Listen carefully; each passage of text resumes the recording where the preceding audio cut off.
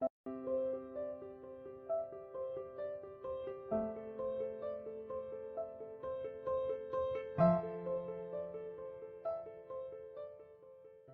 name is Abigail Bynoe.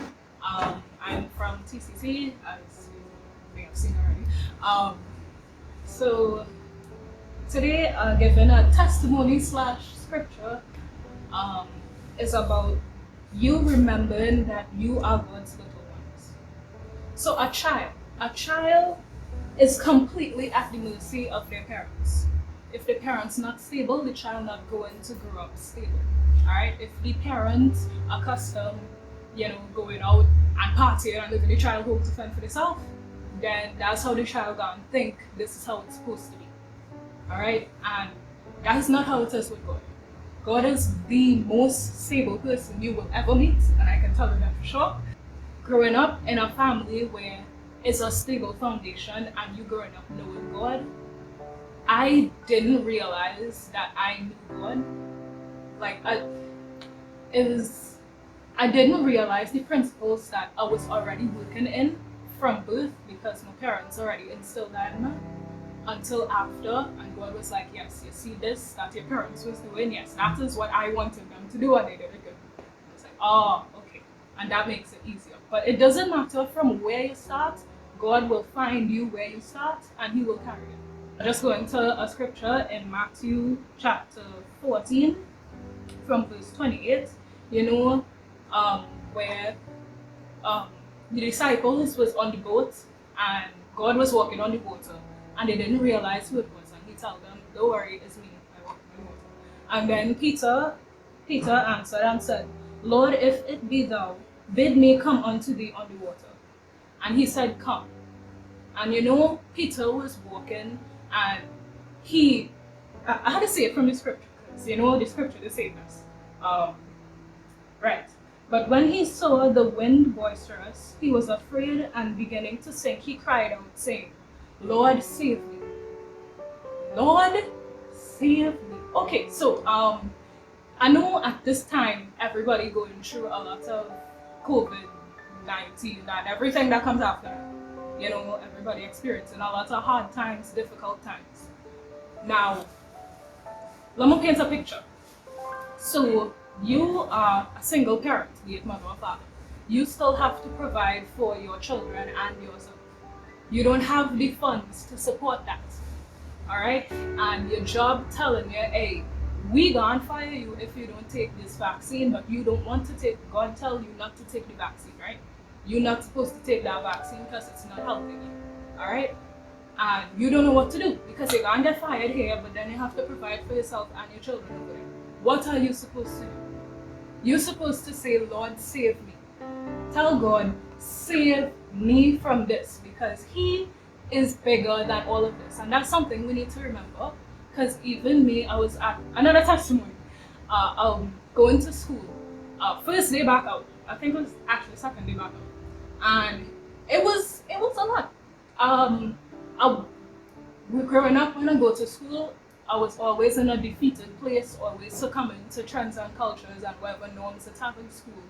And you're trying to, as a young child, individual, teenager, what have you, you're trying to fit into what it is they're saying in school. You had to be with these people. You're trying to change yourself to suit them. So I came, when they say they're opening back up schools, for my school in particular, I was like, Lord, you delivered me from a lot. I don't want to go back to school falling into what they said I have to, because you are greater than that. I went to the school, and the Lord have it that I was able to go in there stable.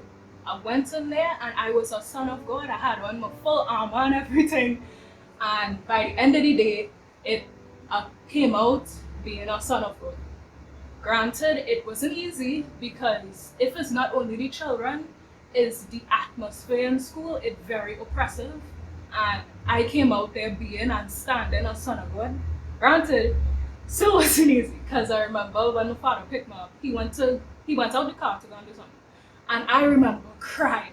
I cried and I wiped up my eyes before my father came back. But I was telling God, I was like, Peter, I was like, Lord, I can't do this every day.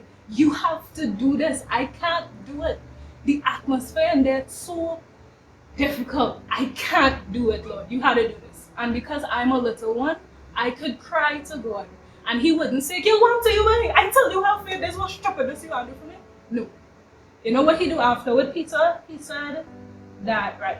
And immediately Jesus stretched forth his hand and caught him and said unto him, O thou of little faith, wherefore didst thou fall?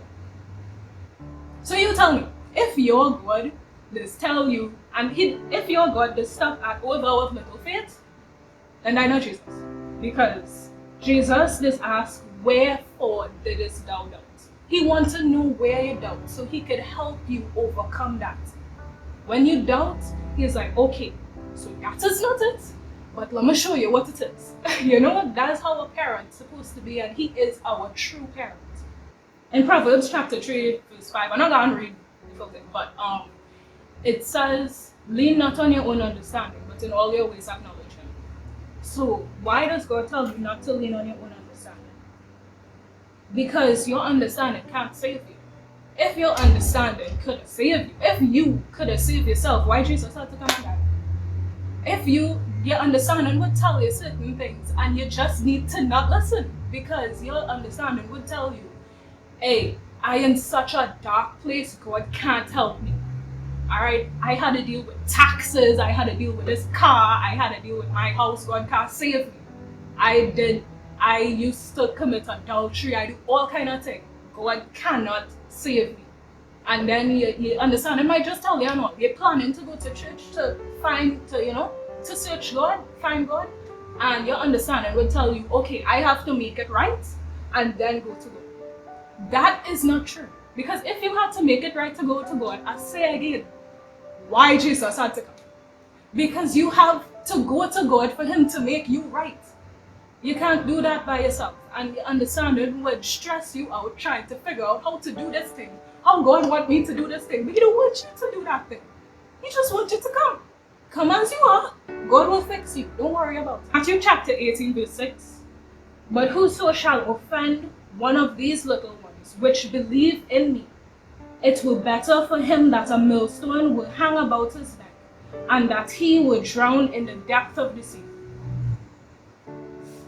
So, yeah.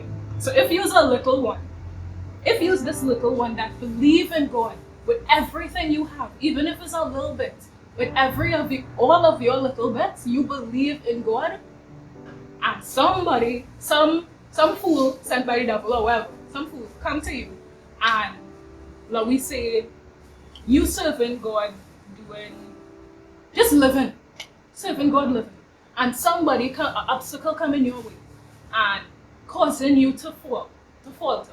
You know what God say about that person? He say a millstone hang about their neck. Millstone. In the depths of the sea. So use a little one. God, you can even imagine the type of provision God making for you. He say use a little one.